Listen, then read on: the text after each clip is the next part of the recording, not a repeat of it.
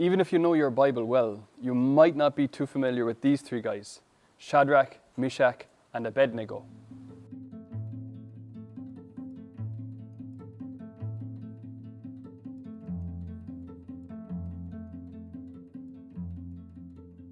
We're here at Moone in County Kildare, home to one of Ireland's finest high crosses, carved out of granite about 1,000 years ago.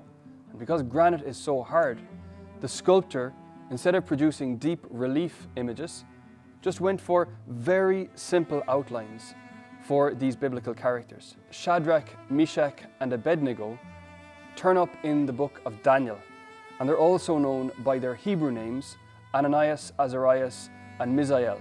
The other names are Persian, and the fact that they have two sets of names is a reminder that they are exiles from Israel in the land of Babylon in the early 6th century BC.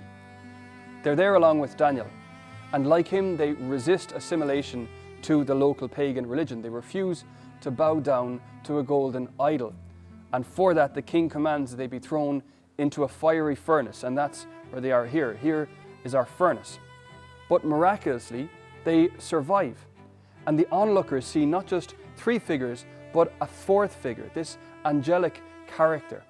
And from the flames, these three young men sing a song that would become famous, a song that praises God for their deliverance. This song was sung at the time this cross was carved every Sunday morning here. And still to this day, it is sung in many churches on Sunday mornings and feast days.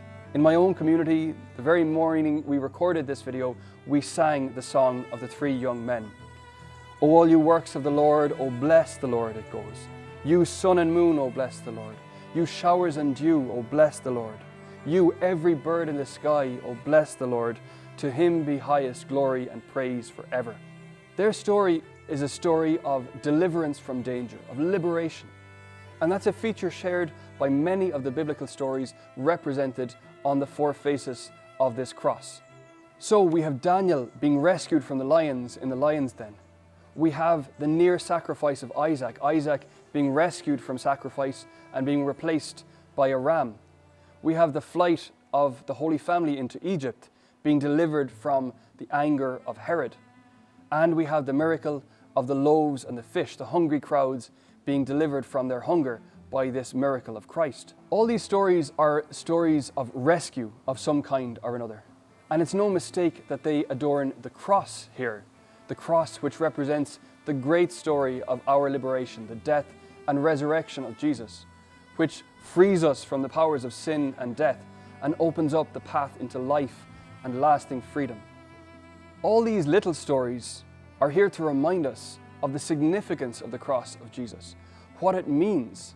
It is not just a historical event, but a liberating event made active in the lives of believers, generation after generation. It might seem a bit incongruous, but in this place I can't help being reminded of a song by Bob Marley, Redemption Song. In that song, Bob Marley invites us to sing redemption songs, to sing songs of freedom and liberation. And he goes on to remind us that we are not simply observers of the world, called to look on. He says, the prophets have spoken and we've got to fulfill the book. That's what the cross of Moone is saying to us in these redemption songs in stone. You've got to fulfill the book. You've got to live out these redemption songs in your own life, in your own struggles, in your own journey out of slavery and into freedom.